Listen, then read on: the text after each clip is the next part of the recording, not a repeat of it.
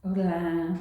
Hoje eu estava estudando sobre a história de Jacó e Esaú, sobre a rivalidade entre os dois irmãos. O que mais chamou a minha atenção foi a questão da insistência de Jacó pela bênção da primogenitura e a luta dele.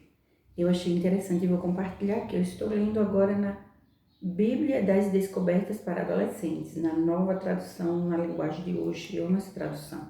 Já vem o resumo assim, completo de cada história. E essa história começa assim: grandes exploradores. O nome Jacó significa usurpador, ladrão ou enganador, né? No caso. Um usurpador é alguém que se apodera da posição de outra pessoa. Sendo Esaú o irmão mais velho de Jacó, ele era o herdeiro legal das posses de Isaque. Mas quando Isaque ficou velho e cego, Jacó o enganou, fazendo-o acreditar que ele era Esaú. Assim, Isaque deu a Jacó o que pertencia a Esaú. Tempos depois, Jacó encontrou-se com um homem que lutou com ele até o dia amanhecer. Gênesis 32, 24. Aquele homem era, na verdade, o próprio Senhor que apareceu a Jacó na forma humana, como se fosse um anjo. Ele deu a Jacó um novo nome e um novo coração.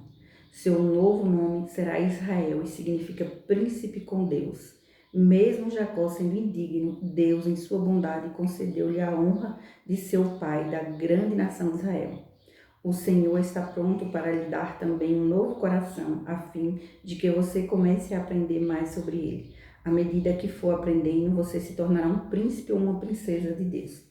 Eu penso assim: ele foi um enganador, e a Bíblia diz que Deus amou Jacó e aborreceu Esaú. Deus amou Jacó e Jacó foi um mentiroso, um enganador. Ele já nasceu segurando na perna, no calcanhar do seu irmão. Eles eram gêmeos, porém não eram idênticos, nem fisicamente, né, e nem nos aspectos comportamentais. O que eu acho interessante, e eu elogio e destaco, eu faço elogiar o comportamento de Jacó, não no sentido de enganar, não, mas no sentido de valorizar o espiritual, de lutar com o próprio Deus pela bênção, de querer tanto o espiritual. Então, isso foi muito bonito dele, é evidente que Deus considerou esse fato. Como é que a Bíblia diz que Deus amou Jacó e aborreceu Esaú antes mesmo do nascimento? Porque Deus conhecia o futuro, que Deus conhece o futuro, Deus sabe todas as coisas. Então Deus sabia que ele ia valorizar o espiritual e que o outro ia desprezar. O Esaú vendeu o direito de primogenitura por um prato de lentilha, acho que era um prato de sopa. Ele estava com fome, o outro irmão esperto quis negociar e ele aceitou e vendeu, ou seja, desprezou o seu direito de primogenitura, desprezou as bênçãos espirituais, desprezou o que é mais precioso, não se importou com nada. Então, olhando por esse lado aí, é evidente que Deus sabe todas as coisas, Deus conhece o futuro, Deus considerou, né, o que Jacó tinha em mente, ele queria andar com Deus, ele queria conhecer a Deus, ele queria a bênção espiritual. Foi errado no sentido de enganar para isso, mas foi certo no sentido de lutar tanto, né, por algo que realmente é significativo, por algo que importa, é valorizar aquilo que de fato tem valor. Nesse sentido, Jacó foi correto, e no sentido de enganar ele foi errado. Mas como a lei da semeadura é para todos, né? A lei da semeadura é uma lei universal para todos, da mesma forma que ele enganou o pai dele, juntamente com a sua mamãe, a mãe orientou ele para enganar o pai para roubar a bênção da primogenitura. E depois o Labão, o tio dele, enganou ele também, né? E aí ele ficou muito aborrecido, mas foi uma lição que Deus deu. Deus permitiu esse engano para ensinar para ele que não se deve enganar, não se deve conseguir as coisas por meio do engano. E aí ele sofreu consequências graves, né? Que é muito grave isso, mentir, principalmente para o pai já velhinho, já estava cego. E ele mentir, enganar, querendo a bênção, porque ele queria demais a bênção, ele queria demais Deus. Mas essa forma de querer através do engano, né, é errada demais. E depois ele sofreu as consequências. Vou ler aqui mais um pedacinho. O nascimento de Esaú e Jacó. Essa é a história de Isaac, filho de Abraão. Isaac tinha 40 anos quando casou com Rebeca, filha de Betuel e irmã de Labão. Eles eram arameus e moravam na Mesopotâmia. Rebeca não podia ter filhos e por isso Isaac orou a Deus, o Senhor, em favor dela. O Senhor ouviu a oração dele e Rebeca ficou grávida. Na barriga dela havia gêmeos e eles lutavam um com o outro. Ela pensou assim: por que está me acontecendo uma coisa dessas? Então foi perguntar a Deus, o Senhor, e ele respondeu. Ela orou e Deus respondeu: no seu ventre há duas nações, você dará à luz a dois povos inimigos. Um será mais forte do que o outro, e o mais velho será dominado pelo mais moço. Portanto, isso aqui era uma promessa de Deus, e ela sabia que ia acontecer, mas tinha que esperar, né, no Senhor e não agir dessa forma, porque se uma promessa acontece de qualquer forma, mas ela agiu dessa forma, dando um jeitinho, e ela amava mais ele, e o pai amava mais o Esaú.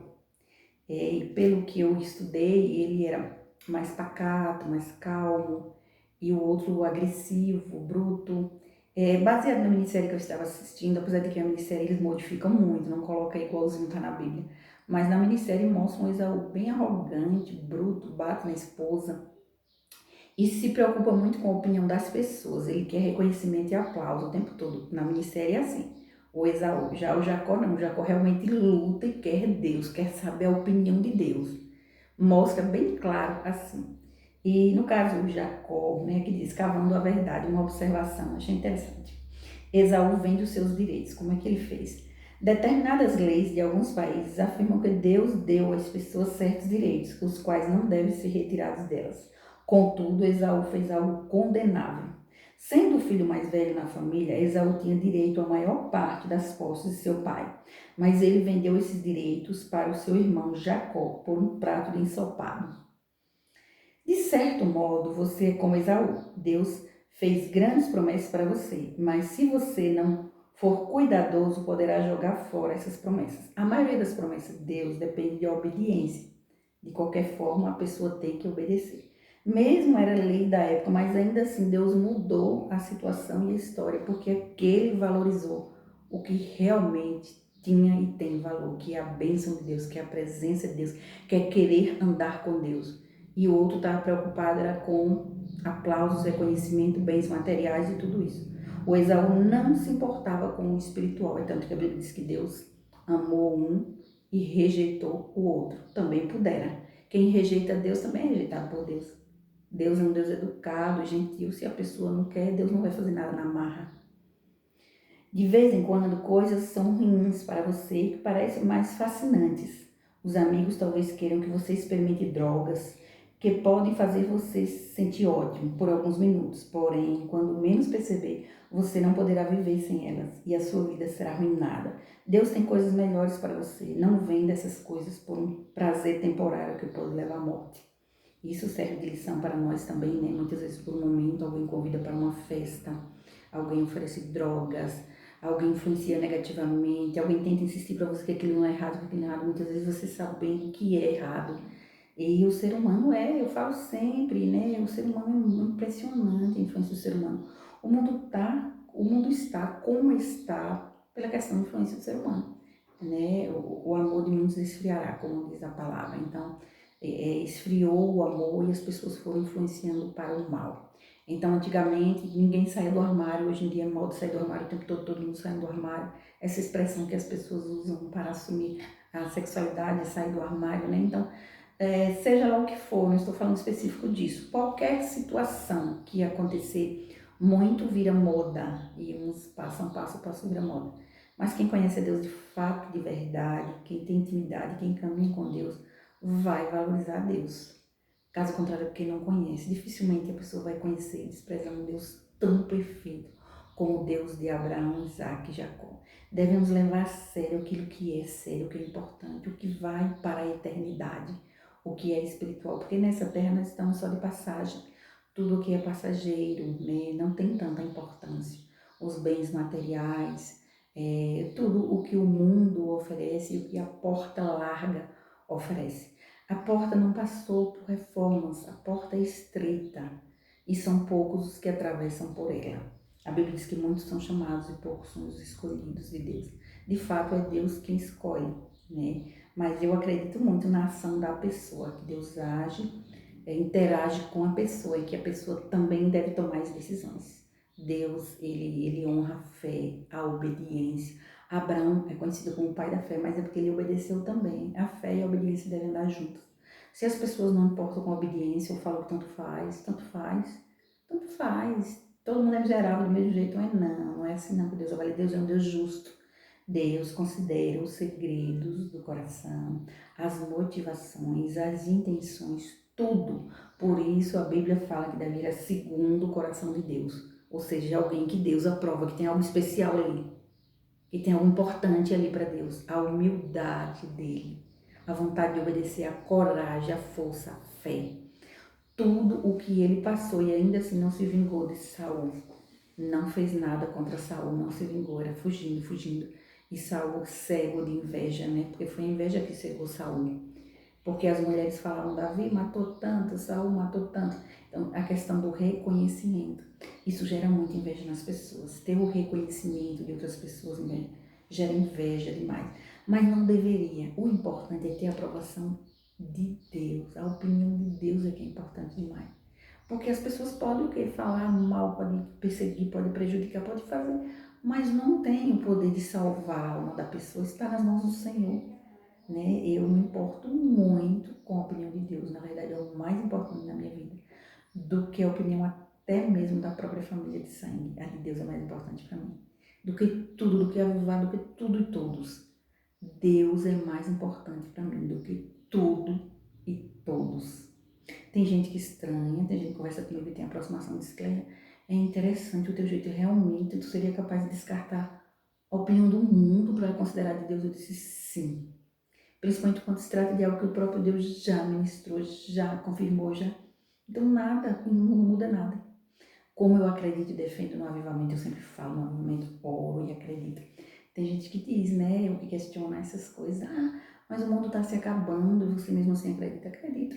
Se morrer todo mundo e ficar só um, eu acredito que o avivamento vai começar através daquele um. E se morrer aquele um, morrer todo mundo, eu acredito que Deus pode fazer do pó da terra como ele fez e soprar nas narinas. Ou seja, não muda nada a circunstância, o que ninguém fala, nada. Muda para mim o que Deus já falou, já confirmou. Do avivamento futuro do Brasil, que Deus quer e vai avivar. Mas como as promessas de Deus dependem muito de obediência, e muita gente não está se importando e nem acreditando nisso, né? As pessoas estão com a mente cauterizada, essa é a verdade. As pessoas estão com a mente cauterizada, a sociedade toda. Essa é a verdade. Não é um julgamento injusto, não é apenas um ponto de vista. Qualquer um que tem discernimento espiritual percebe isso. As pessoas estão muito distantes de Deus. Tem uns que estão próximos, é próximo de uma religião, é diferente, né? Preso a um sistema, é diferente. Deus está acima das religiões. Deus está acima da organização do sistema, está acima de tudo isso. Então, esse Deus que está acima de tudo isso, ele sonha em avivar o nosso país e ele fará isso. Vai ter um grande avivamento no Brasil. A história do avivamento do Brasil será tão grande, mas tão grande, que pessoas de fora do país irão comentar de como começou, de como tudo aconteceu, como foi esse avivamento. Irão comentar. Deus já confirmou isso por várias vezes, e várias pessoas, e várias situações, e também comigo, por isso eu defendo tanto a história do avivamento e creio no avivamento, oro por isso. Né? E Deus tem os seus, aqueles que têm intimidade, e a oração de um justo pode muito em seus efeitos. Então, assim como Jacó lutou, fez errado sim, mas lutou por aquilo que realmente tem importância, aquilo que é espiritual, valorizou, preservou aquilo. E aí no final ele foi feliz, depois de ter passado muitas decepções. Porque ele viu Raquel aqui pela primeira vez, achei interessante o que aconteceu aqui. O encontro com Raquel, ele viu Raquel no poço pela primeira vez, a prima dele, né? Depois aqui disse que ele viu, beijou e ficou muito emocionado, começou a chorar. E aí ele falou, eu sou parente do seu pai, sou filho de Rebeca. E Raquel foi correndo contar tudo para o pai dela. E depois Lia também gostava de Jacó. E era a mais velha, Lia ou Leia. Aqui diz Leia nessa tradução. Leia tinha olhos meigos, mas Raquel era bonita de rosto e de corpo. Como Jacó estava apaixonado por Raquel, respondeu, trabalharei 7 anos para o Senhor a fim de poder casar com Raquel. Labão disse, eu prefiro dar a você do que um estranho. Interessante, ele se ofereceu para trabalhar 7 anos, naquele tempo tinha a questão do dote, tinha que pagar, né? E como a maioria dos homens, ele olhou aqui para Raquel e achou linda de corpo e de rosto e se apaixonou por ela. Mas pelo jeito Lia foi escolhida por Deus, porque Lia, acredito eu, que era mais temente a Deus, mais séria e sofria muito com toda a situação e gostava dele também. E Deus escolheu tanto que Lia teve os primeiros filhos, né? Lia teve e Raquel era estéril. Mas de fato, de verdade, Lia tinha um filho, outro, mas ele continuava amando a Raquel, né? Como a maioria dos homens olha mais para o exterior, então acho que ela era bem bonitona, pelo que diz aqui, ela era bem linda e ele ficou logo hipnotizado por ela, se apaixonou por Raquel. Teve que trabalhar mais 7 anos para ter Raquel como esposa, então um total de 14 anos só para ter Raquel, para ver como é, né, a visão muitas vezes do homem em geral, de analisar o exterior, a beleza exterior, sendo que Deus considera o interior. E pelo que eu li, Lia era muito séria, temente a Deus, uma boa mãe, uma boa esposa, mas sofria muito com a rejeição, porque ela era rejeitada e a Raquel, amada, querida, Raquel sabia que era, e ficava aquela disputa entre as duas irmãs. Elas eram gêmeas também, as duas gêmeas, diferentes fisicamente e nos aspectos comportamentais, como os dois irmãos, Jacó e Esaú. Baseado na minissérie que eu estou assistindo e tudo que eu já li sobre os dois, eu acho interessante isso e compreendo que a opinião de Deus foi exatamente por isso. Porque um desprezou o que é tão precioso da parte de Deus, ignorou e estava preocupado com as coisas do mundo e com a opinião das pessoas. Tanto que ele era assim, aquele guerreiro, aquele homem que lutava, arrogante, prepotente. No personagem mostra uma pessoa prepotente e arrogante. E Jacó não, quietinho na dele, enganou, querendo a bênção, mas ele percebia que o irmão não tinha condição nenhuma de ter a bênção espiritual. É curioso, eu achei curioso. Aí eu fiz aqui esse resumo, também pelo Google. Essa parte eu achei interessante, o resumo geral da história, que diz assim: o nome Raquel tem origem hebraica, cujo significado é rosa amorosa. Ela foi a mãe de José e Benjamim. Raquel morreu primeiro e morreu de parto. Ela morreu primeiro e morreu de parto. Então ela era estéril, mas ele orou e Deus deu essa oportunidade. Então Raquel era mãe de Benjamim e José do Egito. José do Egito, que tem a história de José. Então foi filha dela, de Raquel. O comportamento enganoso, Jacó nasceu segurando o calcanhar de Esaú, que era o primogênito, né? Já desde o ventre já tinha toda essa disputa entre eles. Esaú e Jacó foram filhos de Isaac, neto de Abraão. Eles eram gêmeos, mas eram diferentes fisicamente. Jacó já nasceu lutando pelo que queria. Esaú era preferido do seu pai e Jacó o preferido da mãe. Jacó foi o escolhido e amado por Deus, pela valorização que Jacó deu ao espiritual, a bênção de Deus. Por que Deus amou? Porque ele valorizou. Deus considera assim tudo no ser humano. Deus é um Deus estratégico e detalhista. Ele considera tudo, conhece o futuro todo e as escolhas também dependem da reação humana e do que a pessoa é capaz de fazer, do caráter da pessoa. Tudo é pela graça, não está deixando de ser. Mas Deus considera um todo também, mesmo sendo pela graça. Claro que é pela graça. Ninguém merece nada, ninguém é perfeito. Uma pessoa que não tem muitos erros em uma área tem em outra, ou tem em outra. Mas tem gente que se destaca no caráter, como Noé, Jó, Esther e tantos outros. Tinham um caráter diferenciado e algo muito especial e diferente dentro de si. Portanto, se alguém falar você é um miserável, repreenda em nome de Jesus, porque Deus te enxerga como menino dos seus olhos, ou seja, Deus está enxergando as coisas através de você. Como você pode aceitar que você é um miserável? Quando a pessoa diz isso, não sou miserável, porque o meu Deus me vê como alguém especial. O meu Deus é o dono do mundo, eu sou a filha do dono. Isso me faz melhor do que ninguém, não, mas a consciência é uma consciência de quem você é. Caso contrário, quando você aceita isso, você é miserável, você aceita ser um tapete, ser pisado pelos outros. Não é assim, não. Deus chamou para ser cabeça e não cauda. A Bíblia não diz isso. Não é uma questão de não aceitar situações difíceis da vida. Todo e qualquer escolhido de Deus passa por sofrimento, porque Deus vai moldando o caráter da pessoa. José do Egito, Moisés, todo aquele que foi escolhido passou. E José, quando foi jogado no poço, ele não ficou murmurando contra os irmãos, ele viveu tudo aquilo. Mas Deus transformou a maldição em bênção. Deus permite o sofrimento para moldar. Isso não quer dizer que a pessoa tem que aguentar e suportar de tudo. De forma alguma. Ou aceitar, porque a OB disse, pegou um versículo solto e disse que era assim. Versículo por versículo, a Bíblia também disse, Deus te chamou para ser cabeça e não cauda. Portanto, não tem que aceitar ser humilhado por ninguém. Eu nunca aceitei, nem vou aceitar. Uma pessoa para ter um diálogo comigo, eu só aceito o diálogo se a pessoa conversar normalmente. Se a pessoa começar a gritar, humilhar, agir com brutalidade e grosseria, eu nem sequer aceito. Com licença, levanto e saio. Eu nem aceito conversar com gente assim. Ah, tem gente que diz que você é muito seletiva. Sou, e você sempre assim. Vou ser seletiva, eu não aceito. Não aceito, eu me relaciono com pessoas que eu escolho de dedo, até mesmo para fazer parte da minha história. Escolho de dedo. Se a pessoa agir assim, eu não quero.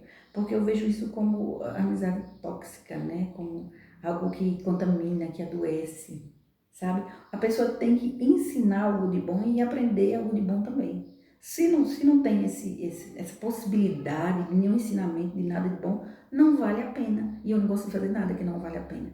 Então eu sou seletiva, tenho minhas amigas próximas, as pessoas que eu confio, que eu presto oração, outros que têm um relacionamento assim não tão próximo, mas sempre fui seletiva. Eu vou lá e deleto. Eu não aceito, né? Estupidez, grosseria, injustiça, eu acho horrível, exploração, eu acho horrível. Quem quiser mudar, melhorar, crescer, aí vale a pena sim. Fazer parte da vida, fazer parte da história, compartilhar as coisas. Mas pessoas assim, brutas, como Esaú, né? Como diz, que Esaú, o ministério mostra, Esaú um bruto, estúpido, perseguiu o irmão, tentou matar o irmão várias vezes. O irmão Jacó, ele tentou matar porque disse que roubou a bênção dele, sendo que ele também vendeu a bênção. Ele mesmo desprezou a bênção. Então, assim, relacionamento com pessoas assim, não tem nem como não ter uma rivalidade entre eles. É difícil não ter a rivalidade, porque diferente demais, o pensamento é diferente demais, o ponto de vista é diferente demais. Mas Deus sabe todas as coisas. Muitas vezes Deus quebra, né? O próprio Deus quebra. Deus cria uma situação, Deus aproxima de pessoas, Deus distancia de outras, Deus tira algumas pessoas da vida. Sempre foi assim, em quase 18 anos do Ministério Avivado, Deus sempre ensinou assim. Escolhe pessoas, coloca pessoas, dá oportunidade, tira pessoas. Agora em 2021 Deus escolheu de dedo cada um, eu não tenho dúvida. Ele confirmou isso, já confirmou, já mostrou, já provou. Ele escolheu de dedo, que eu estava pensando em parar o trabalho do Ministério Avivado. Pensei em parar só por um ano, para voltar em 2022, e aí orei, perguntando ao Senhor. Deus deu direção para não parar, prosseguir, continuar. E modificou tudo, desde a metodologia, tudo, as pessoas, tudo. Lico, Deus colocou Lico em uma posição de diretor administrativo, né? Colocou ele nessa posição. Eu sabia que era o casal que é escolhido por Deus. Eu sou a fundadora do Ministério Avivado, mas Lico é meu esposo, apesar de que ele não tem discernimento de espírito nem discernimento espiritual, mas ele tem assim o dom de administração. Lico tem esse dom, já percebi. Ele tem o dom de administração e Deus colocou ele nessa posição. E Deus o escolheu há muito tempo. Depois que eu me casei com Lico, com o tempo Deus o revelou. Que escolheu e revelou que acha a fé bonita. Na opinião de Deus, nós temos uma fé bonita. Deus chamou a fé de bonita. Uma fé bonita aos olhos de Deus é uma fé com desejo de obedecer. É aquela fé que ninguém tira do coração e ao mesmo tempo aquele desejo de obedecer.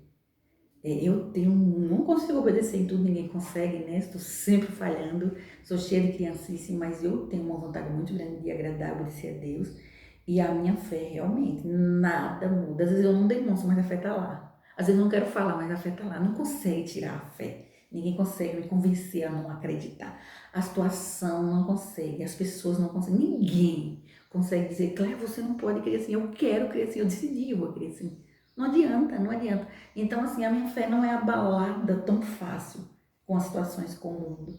Eu achei interessante, eu estava ouvindo pregações, algumas pregações eu gosto sempre de acompanhar pelo YouTube. E uma das que eu ouvi, eu acredito piamente, ele estava falando assim, que Deus está recolhendo muita gente agora, né, em especial 2021, e alguns Deus está recolhendo porque se a pessoa permanecer vai se corromper. Como Deus conhece o futuro, sabe todas as coisas, tem pessoas que se Deus não recolher antes, a pessoa se corrompe. De tão difícil que está ser um cristão nessa terra. E é verdade. É quase impossível você ser um cristão temente a Deus. Porque você quer fazer o certo e a pressão para fazer o que é errado. A inversão de valores, a pressão para errar, a influência para o mal. Tem algumas ideologias, que não precisa nem citar nomes, também não é certo, né? Que praticamente impõe, obriga a pessoa a defender e acreditar em tais ideologias contrárias à palavra de Deus. Então, assim, obriga você a pecar. É uma situação assim, você tem que pecar. Então, é difícil demais ser cristão nos dias de hoje, é quase impossível. Eu acredito piamente que Deus estava recolhendo uns por isso. Recolhendo antes, porque se deixar a pessoa se corrompe, porque não tá fácil ser um cristão nos dias de hoje. E imagine aí você olhar para o Brasil e acreditar que Deus vai avivar isso tudo do jeito que está. E eu acredito piamente, é o que eu mais acredito no futuro avivamento do Brasil. Nada, ninguém consegue tirar isso da minha mente e do meu coração. E eu acredito piamente. Que Deus abençoe em Cristo Jesus e vamos continuar orando por isso, né? O que seria do mundo ou do Brasil sem um avivamento? O povo de Deus avivado, o povo vai despertar muita gente, o povo vai evangelizar. O avivamento genuíno, ele nasce no coração, aquele desejo de missões, aquela convicção de missões. Tudo isso, imagine isso no coração de muita gente acreditando nisso, orando por isso. Imagina aí, Deus sabe todas as coisas e a única saída para os brasileiros é esse despertar da parte do Senhor. Então vamos orar por isso. Vamos orar por avivamento. Nós estamos orando na Avivar, vamos orar nas igrejas evangélicas que possam se despertar para orar. Orar e jejuar por avivamento. Porque quando Deus começar a fazer a obra mesmo, eu creio que vai. E ninguém impede, porque ninguém pode impedir os sonhos do nosso Deus. Ninguém pode, nada e ninguém. E vamos orar por isso, porque Deus desperta justamente para orar. Mais de uma vez Deus já me despertou para isso. Teve um tempo que eu orava direto para o avivamento. Aí eu parei de orar por isso, fui orar por outras coisas. Mas nós não podemos parar de orar por avivamento. Devemos continuar firmes, clamando, orando, jejuando, buscando, pedindo oração a outras pessoas. E orar por avivamento, porque a realidade de um avivamento em um país é bênção demais, é bênção. Muitas almas são salvas, muitos, os dons são visíveis na vida das pessoas. O agir de Deus, é Deus se apresentando para as pessoas conhecendo Deus na intimidade, andando com o Senhor. E não tem nada mais lindo do que conhecer Deus e andar com Ele, é a melhor coisa. Então, buscar isso para os outros também, incentivar a isso. Em nome de Jesus. Que Deus abençoe a todos vocês, seus familiares, as igrejas, os ministérios, as escolinhas consagradas a Deus como a Avivar, enfim, todos os ministérios e o povo de Deus na face da terra. Que Deus venha abençoar em Cristo Jesus.